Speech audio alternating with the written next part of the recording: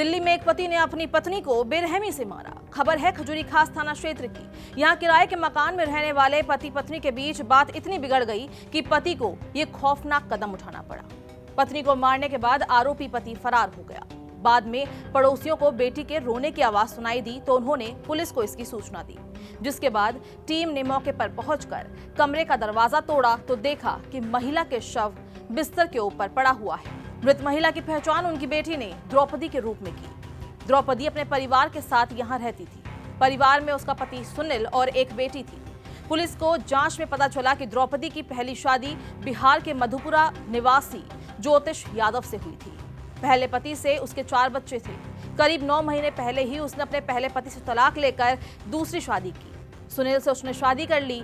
एक बेटी को वो अपने साथ लेकर दिल्ली आ गई थी। उसकी बेटी की उम्र 15 साल है। दूसरे पति यानी सुनील से महिला का कोई बच्चा नहीं था।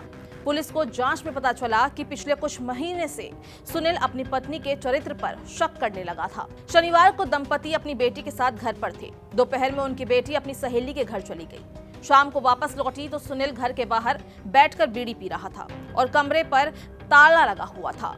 बेटी ने जब मां के बारे में पूछा तो उसने कहा कि वो किसी के साथ भाग गई है, उसे तलाशना पड़ेगा। उसने बेटी को आस पड़ोस के घर भेज दिया, रिश्तेदारों के घर भेज दिया और द्रौपदी को ढूंढने के लिए बेटी निकल पड़ी। पीछे से खुद भी वो फरार हो गया। कुछ घंटे बाद जब बेटी घर वापस लौटी तो पिता भी घर से गायब था। घर बंद होने पर वो अपने रिश्तेदार के घर जाकर रुक गई। फिर अगले दिन जब फिर से वो कमरे पर पहुंची तो बदबू सी आने लगी उसे।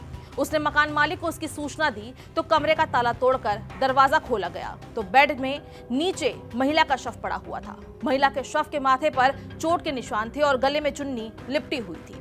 पोस्टमार्टम जांच में पता चला कि मौत गला घोटने से हुई है। आरोपी ने महिला के पहले माथे पर हथौड़े से वार किया और फिर गला घोटकर मार दिया। बाद में पता चला कि आरोपी कोई और नहीं, उसका पति था।